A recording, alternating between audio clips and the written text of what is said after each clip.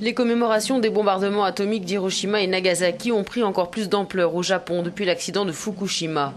Le 11 mars 2011, près de 70 ans après les deux catastrophes nucléaires, la centrale de Fukushima Daiichi explose partiellement, provoquant le plus grave désastre nucléaire depuis celui de Tchernobyl en 1986. Un désastre qui n'a certes pas la même origine que les bombardements de 1945, mais qui au final impacte de la même façon dramatique la population. Peu importe les causes des catastrophes nucléaires, les Japonais n'en peuvent plus. Ils manifestent de façon récurrente pour exprimer leur colère et restent insensibles aux excuses des dirigeants de TEPCO, la compagnie exploitante de la centrale accidentée de Fukushima.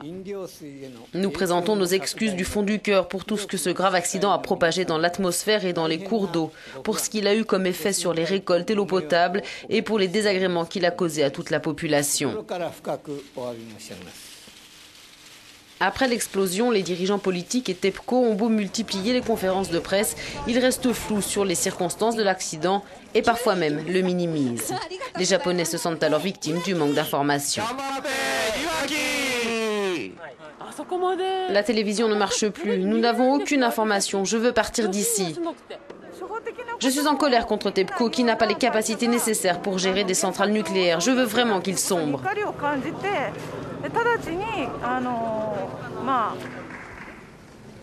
Si les Japonais doutent de la faculté et des compétences des responsables à gérer la crise, ils pensent aussi que ces derniers ont laissé passer l'opportunité de sortir du nucléaire.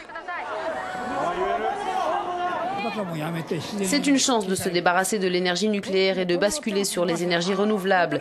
Si nous laissons passer cette chance, toutes les victimes de cette catastrophe auront été des sacrifices inutiles.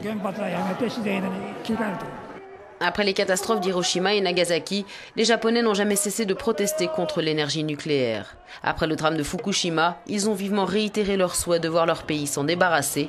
Désormais, ils attendent que leurs dirigeants réagissent pour tenter de faire le deuil de 3 catastrophes nucléaires majeures qui ont marqué l'histoire du Japon à jamais.